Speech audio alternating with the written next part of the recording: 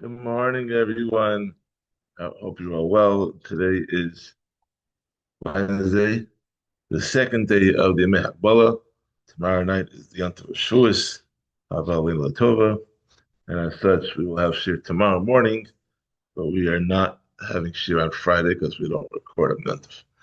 So we'll have shiur tomorrow, and then we will continue on Sunday, Mirza Hashem. Okay.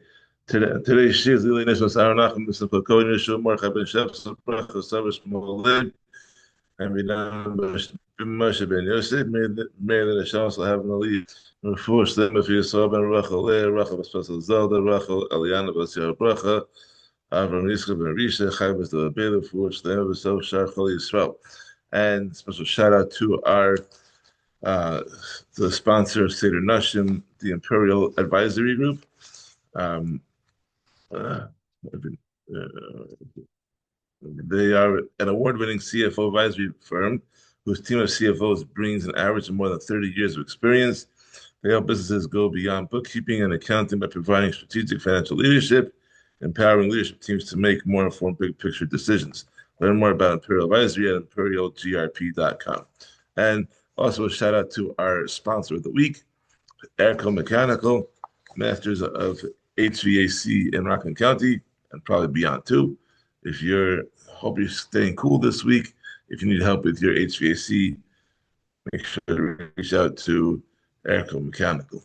Here we go. Perek Vav, Mishnah Aleph, Masechet Sotah, obviously. Um,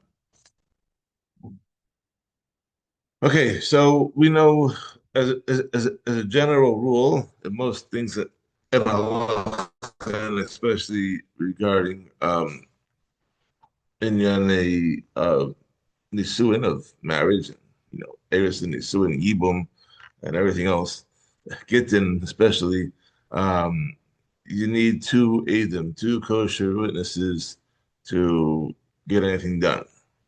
So now, regarding Sotah, like, what if she was seen going into a secluded place with another man who's not her husband, after her husband warned her not to, but was not seen by two witnesses. I mean, the husband warned her.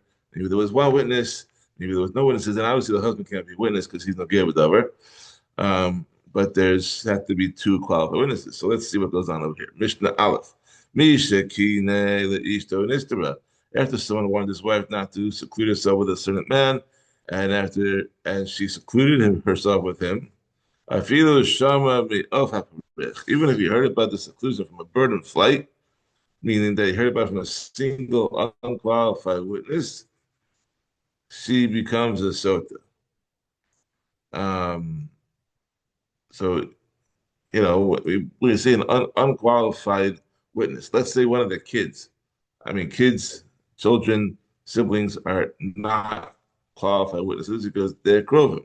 But let's say the husband warns the wife not to go into seclusion with with Ruvain, let's say, um, and one of the kids goes and sees the wife, sees the mother going into seclusion with Ruvain, who's not her husband, and the kid goes and tells the father about this. So obviously the kid is not a halachic witness because A, it's a kid, B, it's a relative, and those are not kosher edim, but nevertheless, it's enough to um, become a sotah. Yotzi eating ksuba. Therefore, if he does not want her to drink the water, he must divorce her and pay the ksuba. Rabbi Eliezer, this is according to Rabbi Eliezer. He holds that it's enough. Rabbi Yeshua disagrees, and he says if only one witness testifies about her seclusion, his edus is useless. Aj yisu yitnu ba mosros levana. Unless the women who spin thread by the light of the moon gossip about her, meaning that if many people are saying, "Did you hear what so and so did?" She lived with with this guy, and even though there's no real evidence against her, it's improper for her husband to keep her as a wife because there's so much noise and rumors going around. So you should divorce her and pay her ksuba, and she may not drink the water because for the actual Sotah water, she needs to have two eidim. But with enough of the rumors going around, then it's grounds for him to divorce her and pay out the ksuba. That's backed up by the Rambam in Sotah. Okay, Mishnah Beis. Amar. Amar Eirechad Ani Shenitmes. The one witness said, I saw that she was tamid, that she defiled herself. Lo Hayesha. She did not drink the May Sotah. Everyone agrees that even a single witness is believed that to say that she committed adultery when she was alone with the man. Therefore, she is not given the chance to drink the water to prove her innocence. She is permanently ushered to her husband and loses her ketubah.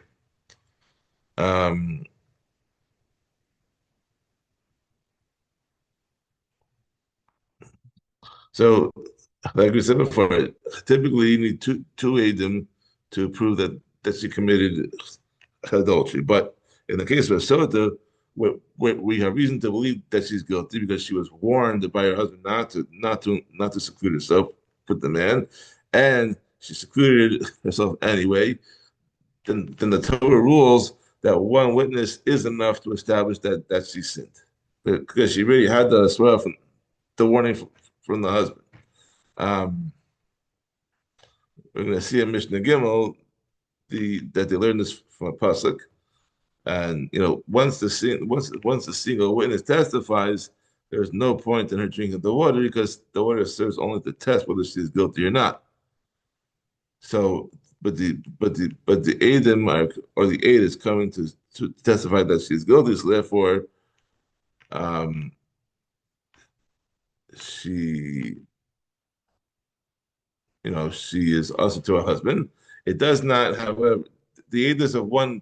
It's important to note that edus of one witness does not suffice to have her executed. So it causes some damage, but not total damage.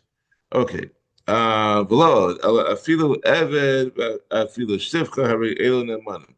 Furthermore, not only a single qualified witness, but even an eved kanani or even a shivcha kananis who are usually unqualified to be edom, they're believed. Delivered to af, the pasta mixubasa. Not only to prevent her from drinking the Sotah, but also to disqualify her from collecting her ketubah.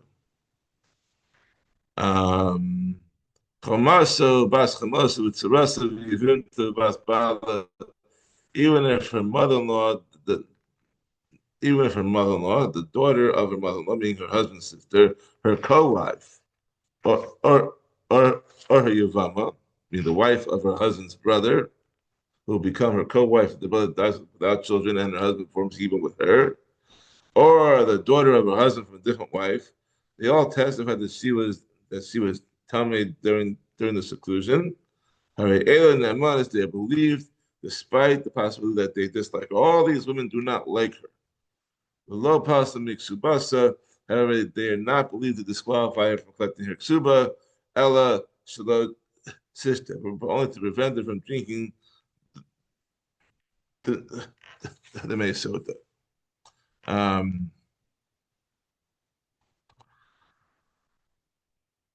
So generally, these women hate her because it's not that's a common thing. So you don't usually accept that they're aiders for anything. But in the case of a Sotah, where there's also circumstantial evidence against her, then they're believed. But because they might hate her, they're not believed to the extent of making her lose her ketubah. That's according to the Bartanura and the Tiferes Yisrael. Okay, Mishnah Gimel. Shehaya b'din. So logic would have told us that one witness is not enough to testify about her defilement. Rama ein edus rishona shein osarta isra olam ein mischiyem espachas mishnayim. For since the first edus, that the edus about her seclusion, which does not permanently prohibit her to her husband, is not accepted if given by fewer than two witnesses, according to Yehoshua. Edus acharona shel sarta is olam eno dish lot iskayim b'pavos mishnah. And the last testimony, the edus about being tummy, about being defiled, which could permanently prohibit her to a husband, should surely not be accepted if given by fewer than two witnesses. If you need the two witnesses for the first one, then you need two. You certainly need it for the second one. Therefore, the Torah says, and there was no witness to her defilement. Which teaches that if there's any testimony, even if it is a one witness about her defilement, if she does not drink the Sotah, then she is permanently forbidden to her husband. Period. And the Gemara talks about this more. Now that it's been shown, now that we have proven that a single witness suffices for the last edus, I mean the edus about the actual chait, a kal v'chomer should tell us that a single witness should certainly suffice for the first edus about the seclusion. But since the last edus, the second edus about the defilement, which permanently prohibits her to her husband, is accepted even if given by a single witness. Then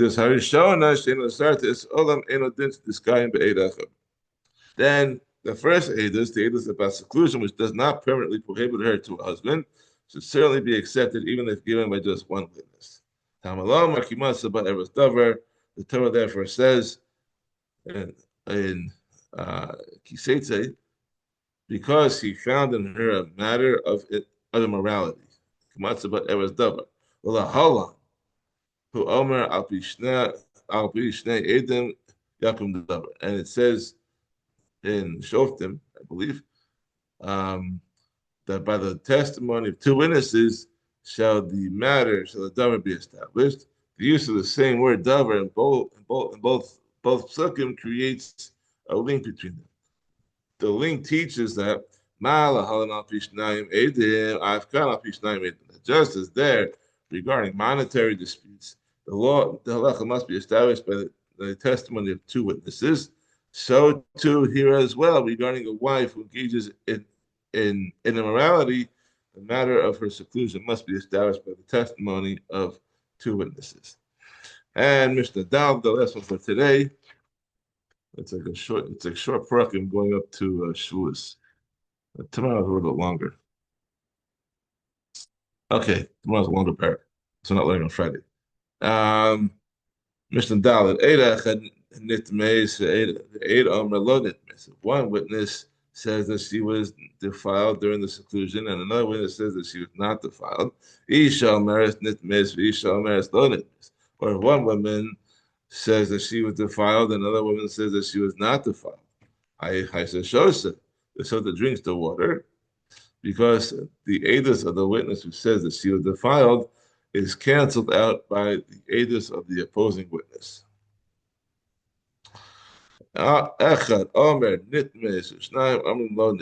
One witness says that she was defiled at a certain time during the edus, and two witnesses say that she was not defiled at that particular time.